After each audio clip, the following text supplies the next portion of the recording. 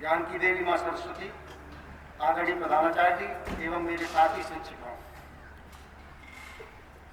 Doctor Bhimrao Ambedkar, उनका जो birthday है उसके आज एक ऐसी तिथि है जिसको हम बैसाखी के नाम से जानते हैं, और एक ऐसा दिन है जो हमारे इतिहास में एक रक्त रंजित, एक खून से सना हुआ ऐसी तिथि है। इसका संबंध अमृतसर में जलियांवाला बाग से है।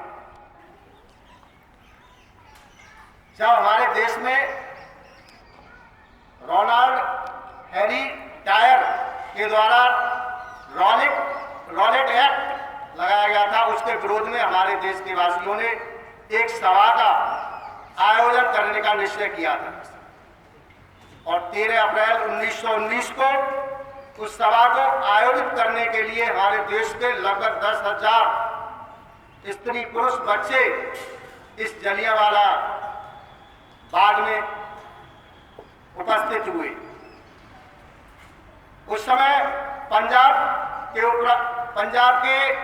उपराज्यपाल माइकल डायर, उनकी अनुमति से और जनरल डायर ने लगभग 500 अंग्रेज सैनिकों को लेकर हमारे देश के जो देश प्रेमी थे उनके ऊपर गोलियां चलाने का आदेश दे दिया। जलियांवाला बाग एक ऐसा स्थान था जहां जिसके घुसने के लिए एक ही रास्ता था, वो भी मात्र जिसकी चौड़ाई मात्र 5 फीट थी। और उसने क्या किया, एक साथ अंग्रेज सैनिकों को गोलियां चलाने का आदेश दे दिया, जिससे क्या हुआ, भीड़ में भगदड़ मच गई और कुछ लोग उसकी दीवारों से निकलने का प्रयास किया, लेकिन अंग्रेज सैनिकों ने उनके ऊपर गोलियां चलाई, जिससे वह वहीं गिर गए। कुछ व्यक्ति उसमें एक कुआं था, अपनी जान को बचाने के लिए उसमें कूद गए और बाद में जब उनकी लाशों को निकाला गया तो लगभग 120 लाशें कुएं के अंदर से निकाली गई थी। कुछ आधिकारिक सूचनाओं के अनुसार ऐसा बताया जाता है लगभग 379 व्यक्तियों की मौत हुई थी और हजारों की तादाद में लोग घायल हुए थे। इस घटना को एक बच्चा जिसका नाम था ऊधम सिंह, वो इस घटना को देख रहा था और उसने गया उस जगह और उसने वहां की मिट्टी को अपने हाथ में लिया और एक कसम खाई कि मैं इस डायर को किसी न किसी दिन मौत के घाट उतार कर इसका बदला लूंगा। और उनके अंदर ये आग भभकती रही। 1940 में 13 अप्रैल 1940 को वह किसी भी तरह इंग्लैंड पहुंच गए और वहां एक सभा, उनको पता लगा कि एक सभा होने जा रही है। उससे पहले ही वे वहां एक अंग्रेज अधिकारी के रूप में अपने वस्त्रों को पहन करके वहां उपस्थित हो गए उससे पहले ही, और उन्होंने अपनी रिवॉल्वर को एक पुस्तक में छिपा लिया था और उनको पता लगा कि वहां पर सबसे पहला भाषण जो क्या है, रोनाल्ड हैरी डायर का होने वाला है।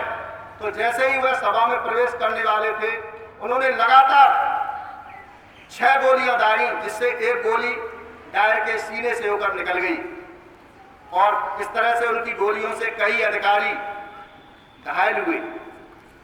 उन्होंने अपने को वहीं भागे नहीं, उन्होंने कहा था कि मैंने अपना भगत सिंह को राजनीतिक गुरु माना है और भगत सिंह ने भी इसी तरह से अपने को सरेंडर कर दिया था और वो वहीं खड़े रहे। उनको गिरफ्तार कर लिया गया और 31 जुलाई 1940 को उनके ऊपर 40 दिन कारावास में रखकर अभियोग चलाया गया। 31 जुलाई 1940 को उनको फांसी दे दी गई। इस तरह से यह बच्चा ऊधम सिंह, जिसने अपने देश के लिए अपने को कुर्बान कर दिया, इसके ऊपर कुछ पंक्तियां हैं कि जलियांवाला बाग में देखो जहां चली थी गोलियां, ये मत पूछो किसने खेली यहां खून की गोलियां। एक तरफ बंदूकें दंदन, एक तरफ थी टोलियां, मरने वाले बोल रहे थे इंकलाब की बोलियां। महिला इंकलाब की बोलियां, इस तरह से इस घटना का, जलियांवाला बाग का घटना का क्या हुआ, अंत हुआ। जिन अंग्रेजों ने हमारे ऊपर 200 वर्ष राज किया, जो हमारे ऊपर राज करता है, जो हमारे ऊपर शासन करता है, वो ऐसा होना चाहिए जो हमारी भावनाओं को, जो हमारी बात को सुन सके। एक मिनट की एक घटना है कि जो सिकंदर दुनिया से, अपने देश से चला था कि मैं पूरे विश्व पर विजय प्राप्त करूंगा, जब वो एक शहर से होकर गुजर रहा था तो एक व्यक्ति सो रहा था, तो उसने क्या किया कि एक व्यक्ति के लात मार दी और वो व्यक्ति खड़ा हो गया। उससे कहा कि तुमको पता नहीं तुम सो रहे हो, इस शहर पर मेरा क्या, इस शहर पर मेरा अधिकार हो चुका है।